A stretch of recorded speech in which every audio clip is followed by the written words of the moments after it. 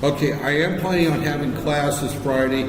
The goal of this class Friday is to go over the robot that's there, and then next Wednesday I will, or next Tuesday I will assign that there.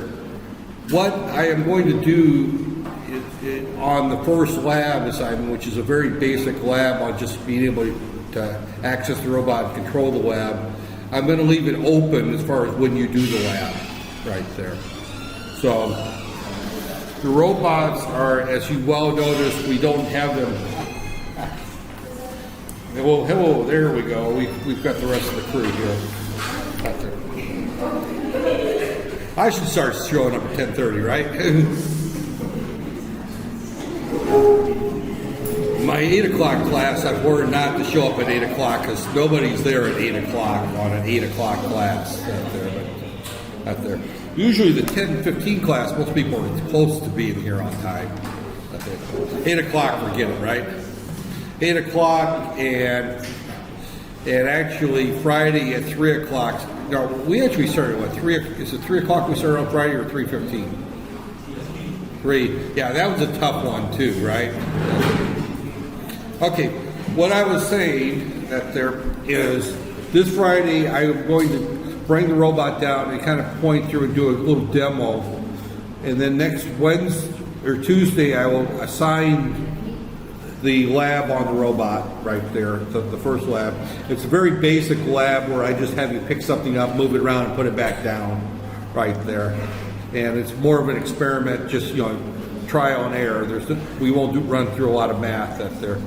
But the instructions on the robot are kind of put a few things in place that we've been talking about, because we've been talking all about robots and you haven't seen one yet. So I think it's time for you to actually see one and get your hands on one and actually see kind of how you would be programming these things if you had to program that there. And again, my goal of this semester is not to make you super robotic programmers, because one is that technology changes so much from time to time that there, and a lot of what we used to do with robots as far as programming goes, we don't have to do anymore because of the image processing and the sensors that have been added, and we really haven't discussed those much, but we will get to that there. So I'm going to kind of talk today, finish up my last discussion on actuators right there. The purpose of an actuator, and this is a final exam question, is what is an actuator and what does it do? And actuators actually create the movement in the robot right there. So I'm going to talk about several different ones right here. The motor, the encoder, H-bridge, pulse width, servos.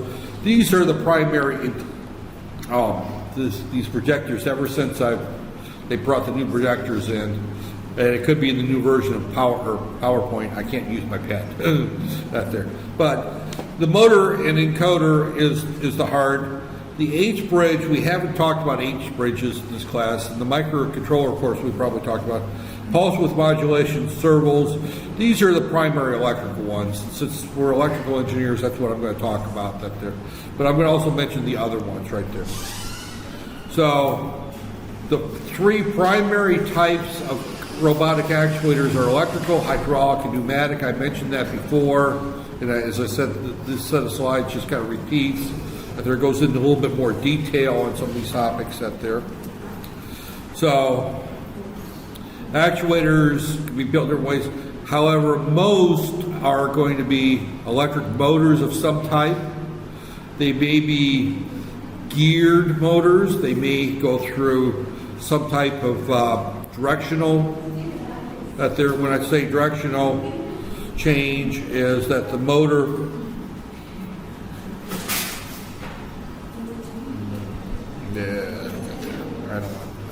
home new page. Okay, is here's my motor. It comes through here, and then it turns a spindle right here, and then there's another spindle here, and this one here stays at there. But we have a gear ratio between them, or we could have a gear that has many teeth and one that has a little teeth, and change.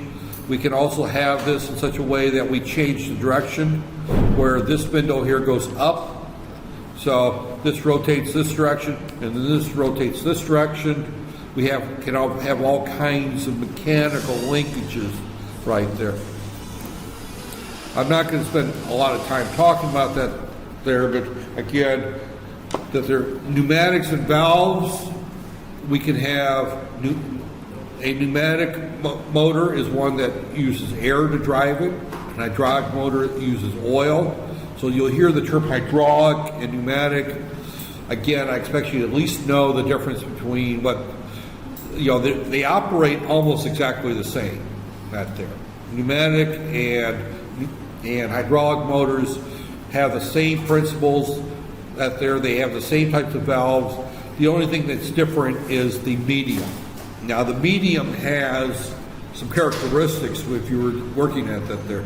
In particular, pneumatic motors and actuators, the air can be compressed right there, and that has some effects on if basically a pneumatic motor, if you stop it, there'll be some compression in the air and increase the torque. Hydraulic, you're not going to compress hydraulic fluid very much right there. Again, I stole these slides of this discussion in the past. He taught a class where they actually built robots, which would be fun if we had the tools right there. So in his lab, they have old pneumatic robots that the class built right there. Okay, a servo is a feedback-based motor. Its controlled quantity is mechanical. In other words, that they're typically most servo motors will operate on the principle is that we send it a single. I can't even talk there. A signal, and that's why I don't speak Malay. I can barely speak English some days, and with a pounding head, it definitely gets bad. But we send a single, I keep wanting to say we send it a pulse width modulated voltage right there. We'll try not to use the word, signal that they're of a particular pulse width or duty cycle, and that will tell the motor through the electronics on the motor what the phase, the angle in which we want the motor to turn right there. Now that's important because that's the way that our robots that we're going to use next week operate. Our robots have 6 servo motors, and we write a MATLAB program that we tell MATLAB where the robot is in terms of COM ports. It's actually plugged into the computers using a USB, but the USB looks like a COM port as far as Windows is concerned and MATLAB goes. So we open up the COM port as a file, and we write to the file a set of instructions, and our instructions are basically of the type that we're going to say, we want to turn motor 3 40 degrees right there. So it's not real difficult in terms of what we're going to be doing. But how it's set up to be 40 degrees is based on the fact that there's a circuit on the servo motor right there. We are not going to study that circuit there are people that design servo motors and the control systems for them I actually known some people at ITT Aerospace that design servo motors for satellite positioning at there. I never worked for, that's one company I never worked for, thinking about it, in Fort Wayne.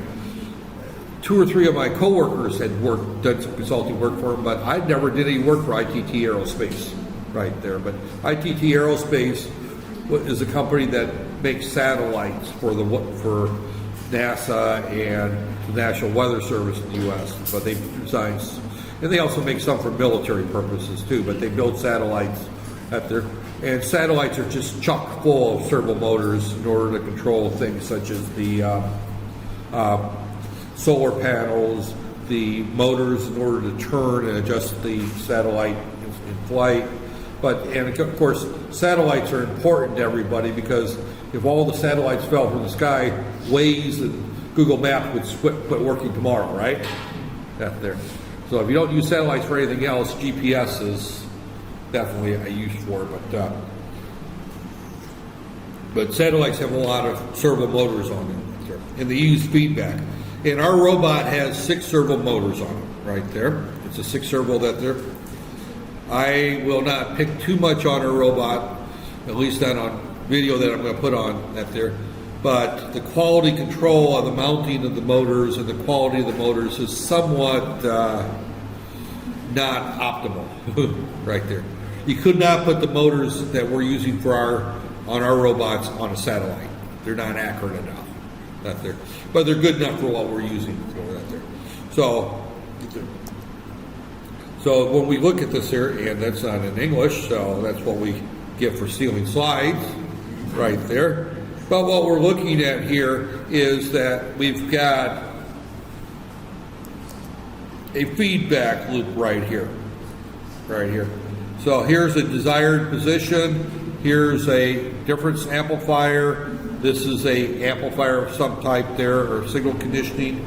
This goes into our servo circuit right there. Again, we have multiple feedback paths, one coming back to here, and then another one coming back to right here. This is the actual control for the motor right there. And this is basically how it operates. Again, we're not, my goal was not to get into the motor, and I was go through, and after I swiped these slides, I was kind of looking. I said, all right, that's a nice little drawing. I'll leave it in there. And then now I look at it and realize that it's in a Eastern European language right there, so it's not of much use to us. But you'll find this drawing all over the internet in English, and you're not responsible for knowing this drawing.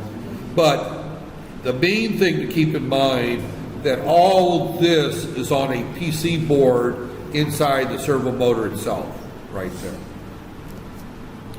So, properties: maximum torque force allows for high deceleration. Right there, works in all 4 quarters, very robust. The main thing about servo motor is you can't control the speed, right there. You just simply tell it where it wants to go, and it gets there as quickly as possible. It may have some overshoot, it may not, depending on the load on the motor. When I talk about overshoot, right there, I mean it's sitting here at a particular degree. We'll say it's at 45 degrees. When we tell it to go to 90 degrees, it may do this right here. And what is my pen doing? It's doing the same thing as my wife's plant. It's not working right. It didn't cooperate right there. But it shoots over, but eventually it quickly gets to the new, here we're telling it we want to go to 90 degrees right there. So we send it a signal, it's sitting there at 45, it's locked in, and we send it a signal and tell it to go to 45 or the 90. It shoots to 90, it might go a little past 90, then come back, but eventually settles at 90 within a few milliseconds right there. So this is the overshoot. That's all part of the feedback circuit. We don't have any control of that as a robot programmer right there. So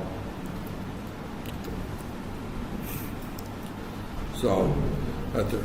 Again, typically here we're getting more into the DC motors and AC motors. Electric actuators are easy to control. They can go from milliwatts.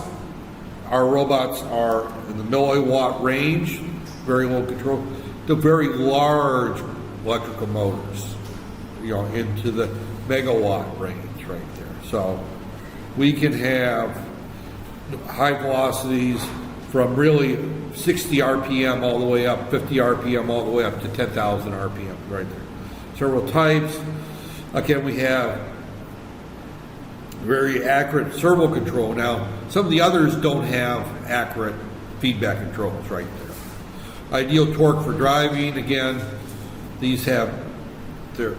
So autonomous power systems difficult, that's not true anymore. Right there. Okay, here we're getting into generic electric actuators right here. Most electrical actuators are rotational. In other words, most motors rotate there and we rotate. So when we look at that, there, a number of them are linear.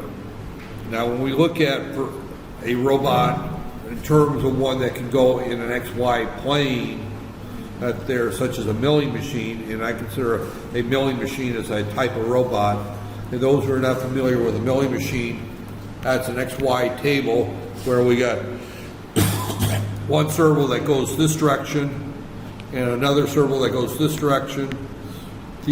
We have something that is mounted to both these right there, and we can move this arm any place in this XY plane, and then we can drop it. If we look at this here, we have a cutting torch that we can drop up or down in order to grind into or drill into this material.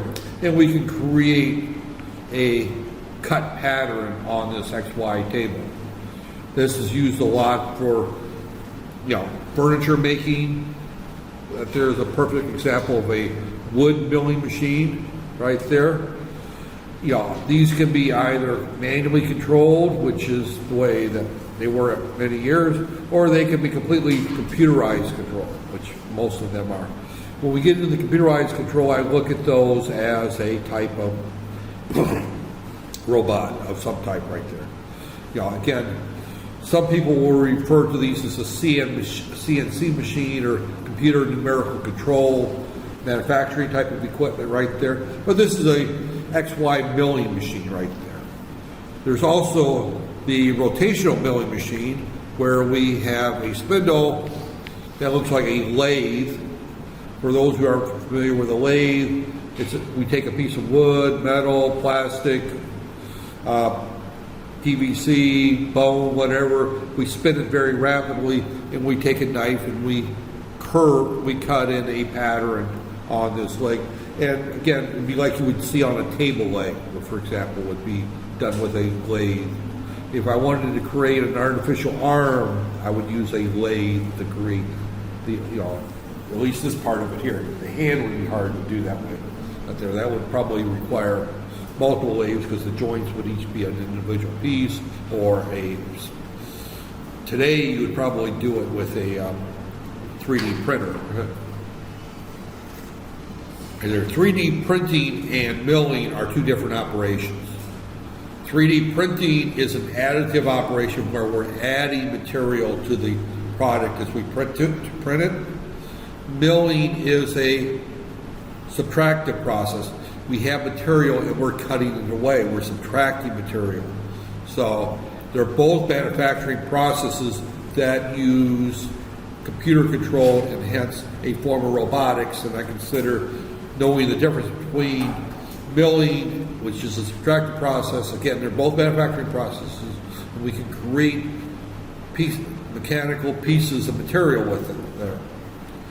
3D printing has become more attractive because it's easier to design components with 3D printing than is milling out there.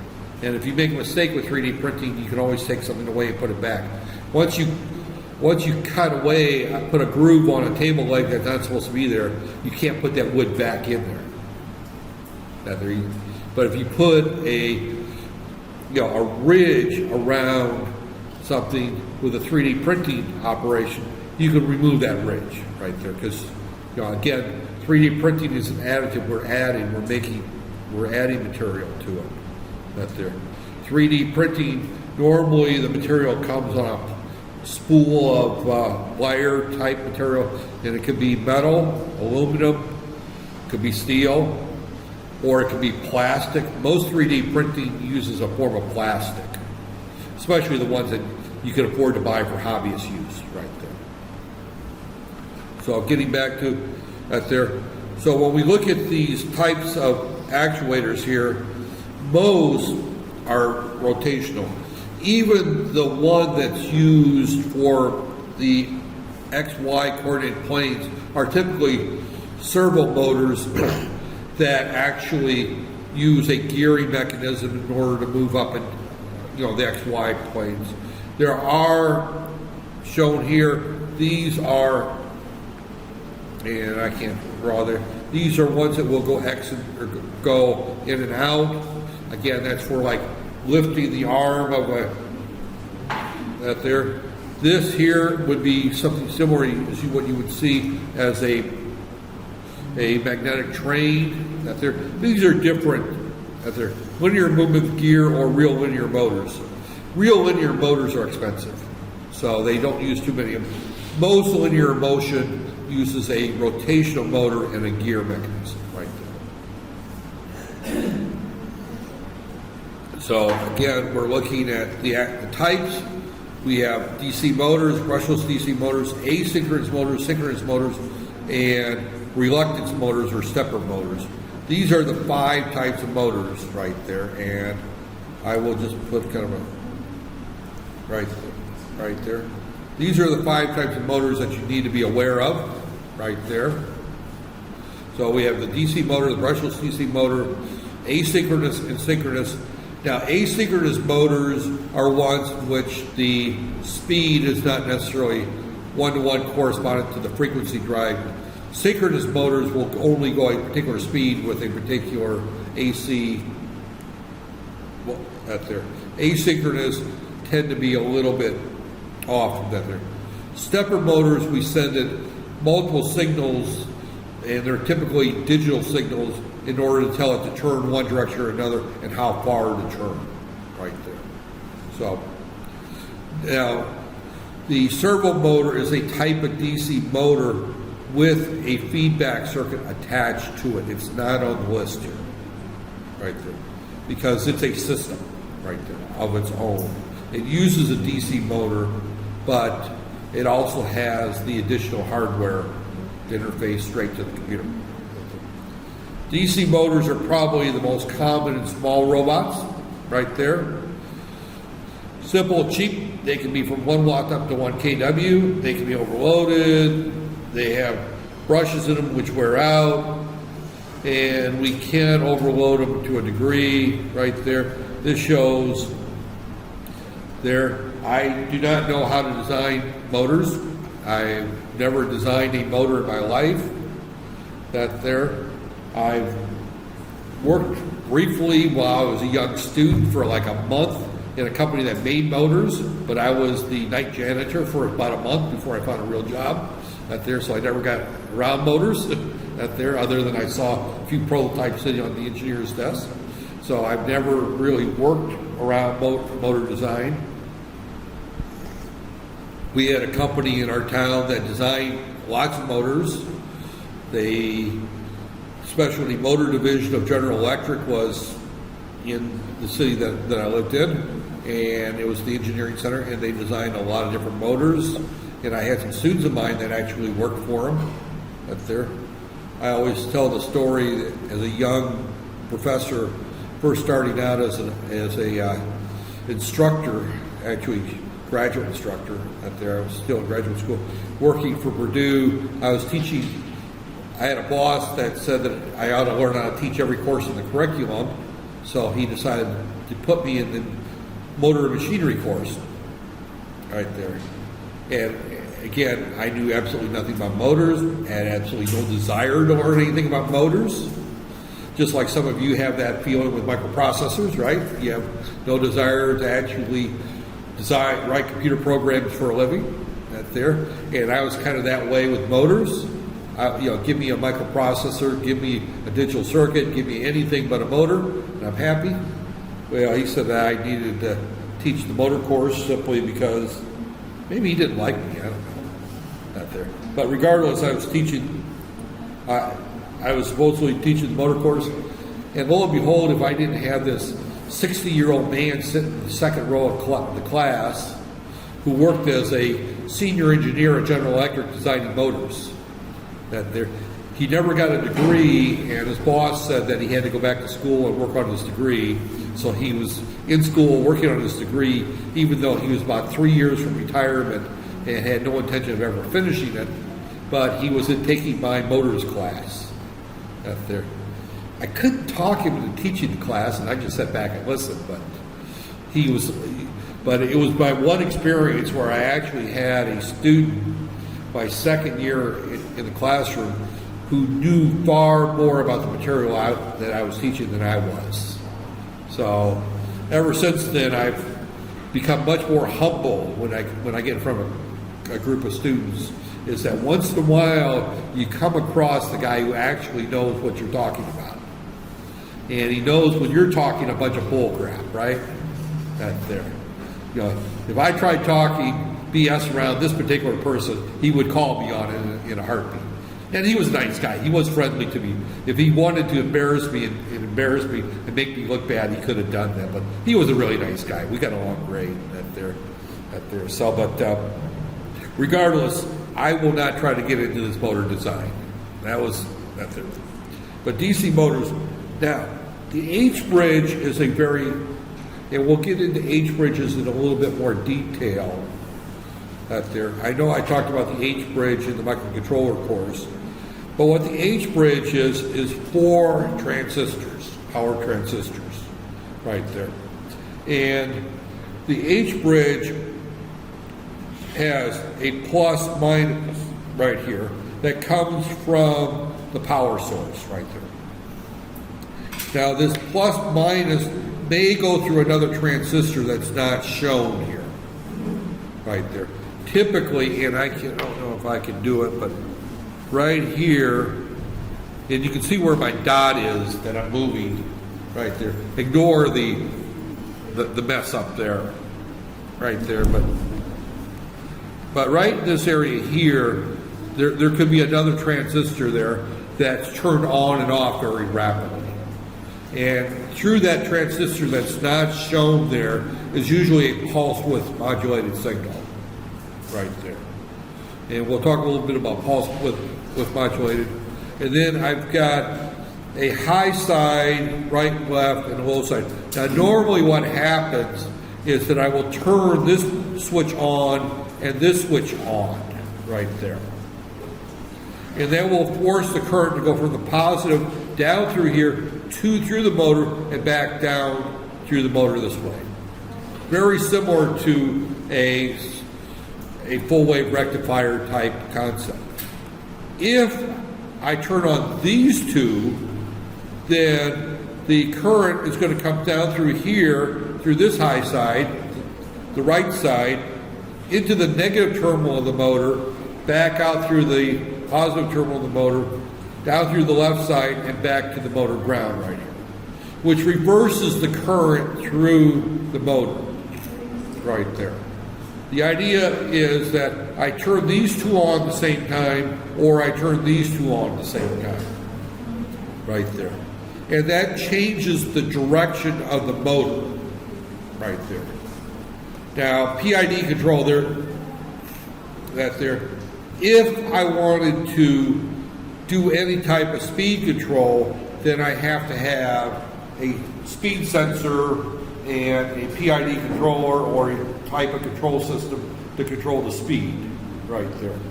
So normally the way that this particular one would work if I wanted speed control is here's my motor, it's spinning along, I take and I measure the speed, I have some type of DC generator right here, right there, which the voltage of the DC generator is proportional to the speed, so there's a little takeoff there. That's fed back, maybe through some amplifier circuit right there.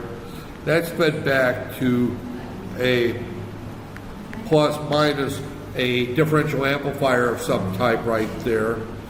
This is actually the desired speed right there. And then, of course, this would then go through, and my drawing's not very good. Let me clean this up a little bit right here.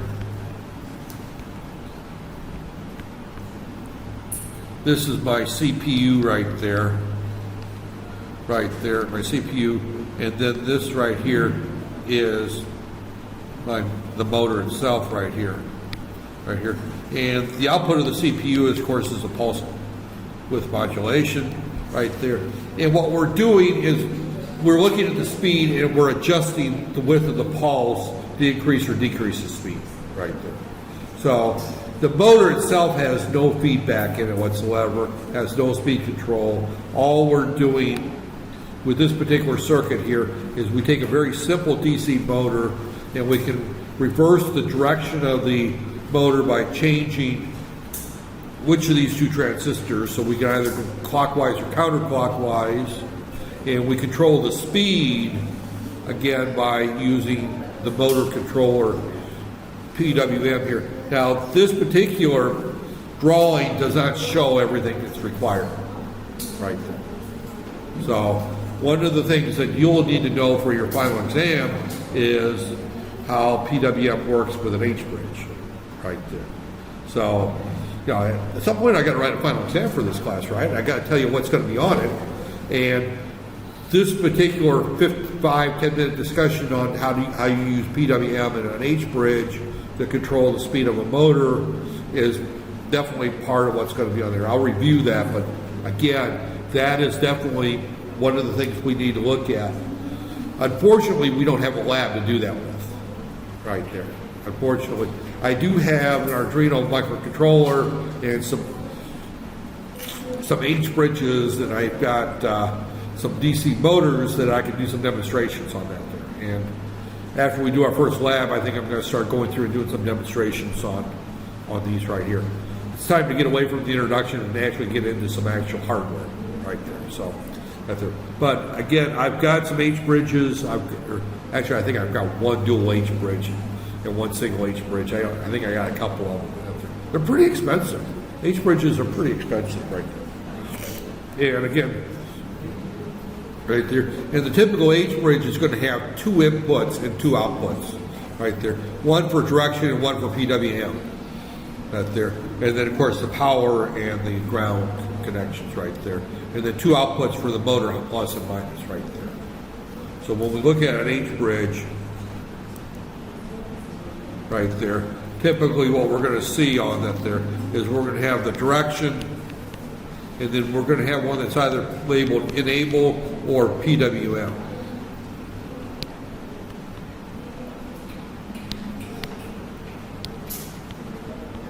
Right there. Yeah, that's there. And then we would have motor plus minus right there. So that's basically what we would have going on our H bridge right there. And you may have, one of the H bridges I have is a dual H bridge. So there's 2 H bridges on that there. So, okay. And again, here we're looking at, this is just another drawing of the same thing right there. And another slide that just goes through the same discussion that I went right there. Again, what we're showing here is that 1 and 2 are closed, it goes clockwise. 3 and 4 are closed, it goes counterclockwise right there. So 2 digital outputs for the microcontroller, feed into the mic out there, and power amplifier right there. Their power amplifier is just a power amplifier right there. This is showing four power amplifiers with multiple signals. We could wire this up as a H bridge out there. So brushless DC motors, and how am I on time right there? I hate to cut it short today, but with the way my head is feeling, I need to go through a little bit more right here. So this is a high-speed motor. It has no brushes out there. Needs both speed and angle feedback. Out there. Brushless DC motors are typically fairly small motors. They are typically very fast motors. They have no speed control. They have no, if we want to use them for an angle or a type motor like a servo motor, they have no feedback. So we have to have everything external to them out there. I have not used them too much, and I don't know if that there. It's a motor design that I'm not that familiar with internally. I've used them for a couple projects, but I don't know what's inside them. I don't really worry about them. So asynchronous are the most popular type of AC motors right there. They can be very accurately controlled today with feedback. They're used in a lot of mobile machines. So these are probably the most popular for larger robots right there. So we look at again, everything's in Russian here, but this is a typical motor tear down, and again, I don't know motors, so I'm not going to get into it anyway. Synchronous tend to be smaller, they're controlled like asynchronous motors. We can adjust the frequency to control the speed right there. They're used a lot in ships and various industries. These typically are huge, right there. Big, 100 kW up to XX megawatts, right there. If you look at electric turbines, for example, on a ship, that's what you would normally see, is these very large synchronous motors right there. So, that's there. Stepper motors I'm much more familiar with, right there. Here we have angle control, right there. They're very slow in terms of speed. They're used a lot in, say, for example, positioning satellite arms across the sky, positioning, steering on particular operations. They have very accurate positioning, but they don't have feedback, right there. They're easy to control digitally, right there. Most stepper motors have a zeroing process.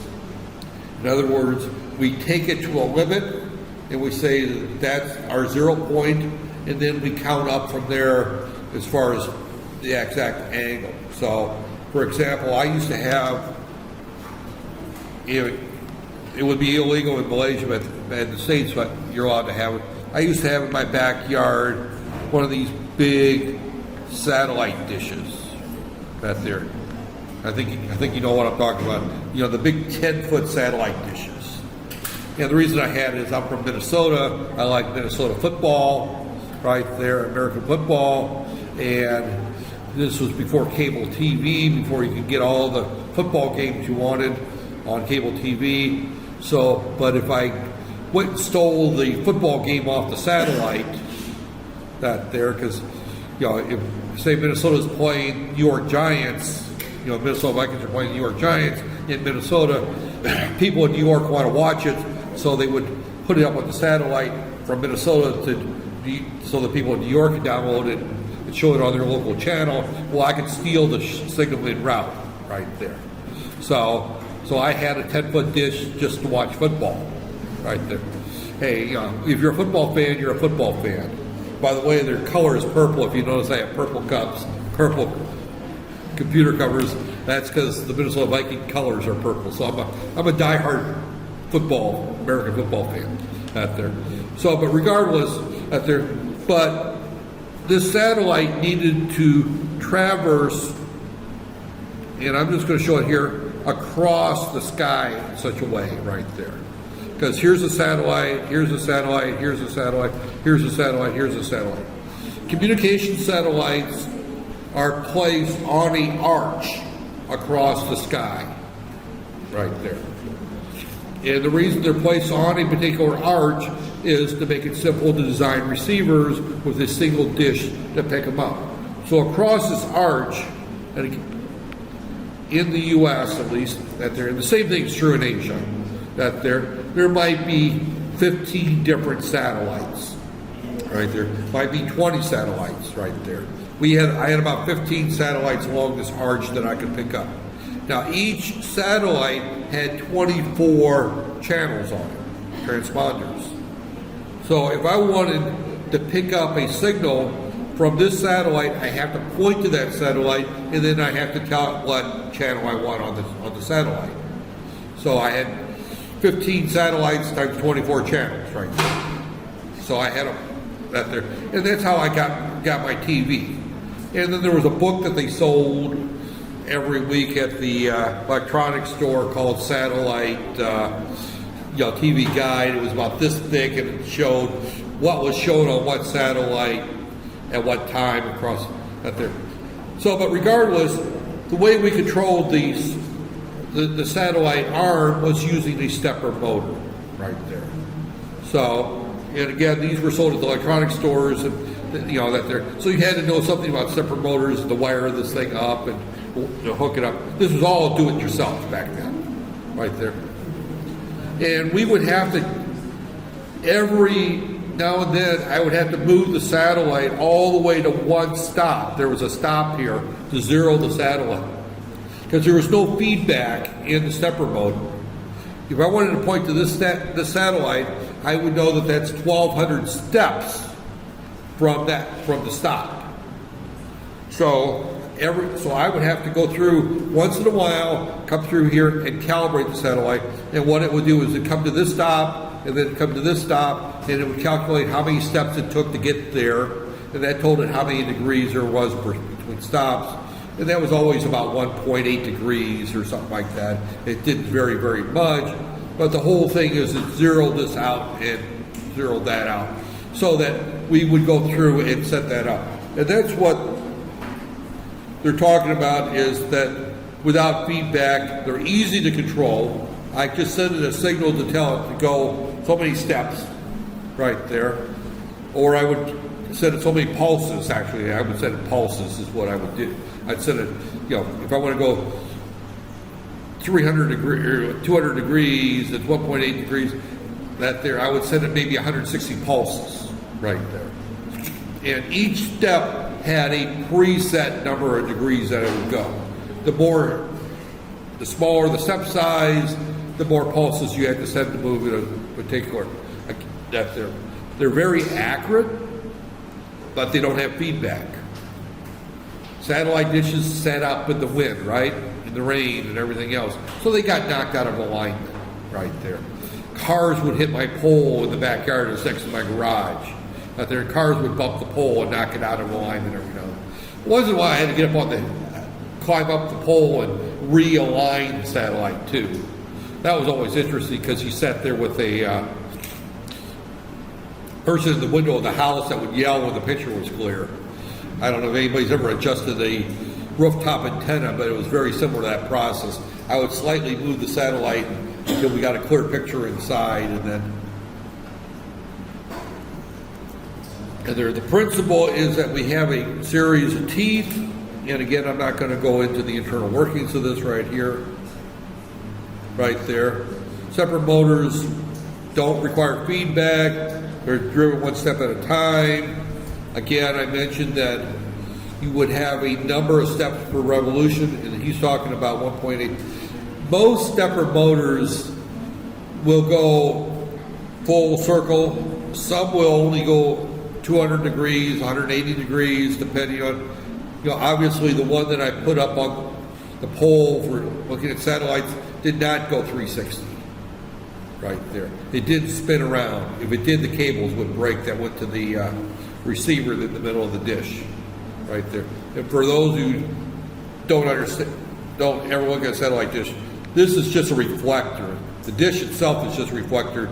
The actual receiver is right here, so the signal will come in and bounce right here. That there is a parabolic dish that would bounce there, and obviously this would then go to the side of the satellite and be wired to that there. That would go inside to the house. I had a great big thick cable that just went inside, along with the signals to the motor, which is mounted right here. So my satellite dish did not go 360. Most stepper motors will go 360 right there. So driving a stepper motor requires a 4-step sequence. You could get a half-step mode with an 8-step switching that there. Step sequence can be very fast, and the resulting motion appears to be very smooth. Stepper motors are kind of like the digital watch. They go, and they can be very fast. That they're, It used to be, I don't know how true it is now, but if you went to Battalion Street and you bought a fake Rolex, the good fake Rolexes had a very smooth motion, right? The cheap fake Rolexes had the step right there. And that's the way a stepper motor would work. The cheap 4-step sequence was like the cheap fake Rolex. That there you could actually see it do the steps. It was a jerky motion where you could get the higher resolution and the faster speed where you got a much smoother motion right there. My satellite dish actually had a very steppy, you could actually see the steps right there. This kind of goes through that. I'm not going to go into the sequence right there. If you're going to use a stepper motor, you're just going to call a function that there until it passes the function that there. But what we do is we have 2 inputs right here, A naught, B naught.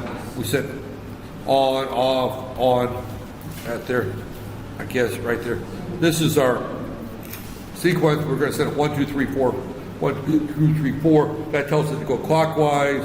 We reverse the binary signal, 4, 3, 2, 1. We tell it to go the other way. So we can tell it by our sequence which direction right there. And again, we've got 4 steps right here, right there. So again, we're looking at our signals right here. Again, this is a 1, 1 right there, yeah. And then of course we're going right there. So this is 3, looks like 1 right there. And you can look sequence right there. This doesn't tell what that they're in a full step sequence. A is always negated to A naught, B is always negated to B naught. It's sufficient to use only 2 control signals right there. The other 2 can be controlled by NOT gates right there, so they're converters. So again, by looking at the sequence, we can tell what direction it would want to go. And again, I'm not going to go into that. You don't need to know that right there. But again, what we're looking at here is that we're driving this motor with 2 digital signals. So the drive for a stepper motor is digital right there. How we control that there. The pulse width, how fast we send the signal determines the speed of the motor right there. How fast we change these signals right there. So with the servo, we don't have any speed control right there. With the pulse width modulation, we have speed control by varying the pulse width of our DC signal. The wider we make the pulse, the faster the motor goes. The narrower we make the pulse, the narrower the motor goes, right there. With the stepper motor, the frequency of our signal controls our speed, right there. So, advantages, no feedback is required. Disadvantage, no feedback, right there. So, for precision reasons, since a stepper motor, their feedback is still required. I mentioned the calibration routine that I would do on my satellite dish. And I didn't go through that discussion just because I wanted to discuss satellite dishes, but the fact is that without that calibration cycle, the stepper motor would lose its calibration. And since my satellite receiver was programmed for preset satellites based on the step sequence from the 0 point, because I didn't want to hunt for satellites every time. I would want to tell it, I wanted to go to favorite number 22, and favorite number 22 happened to be G*3 transponder 4.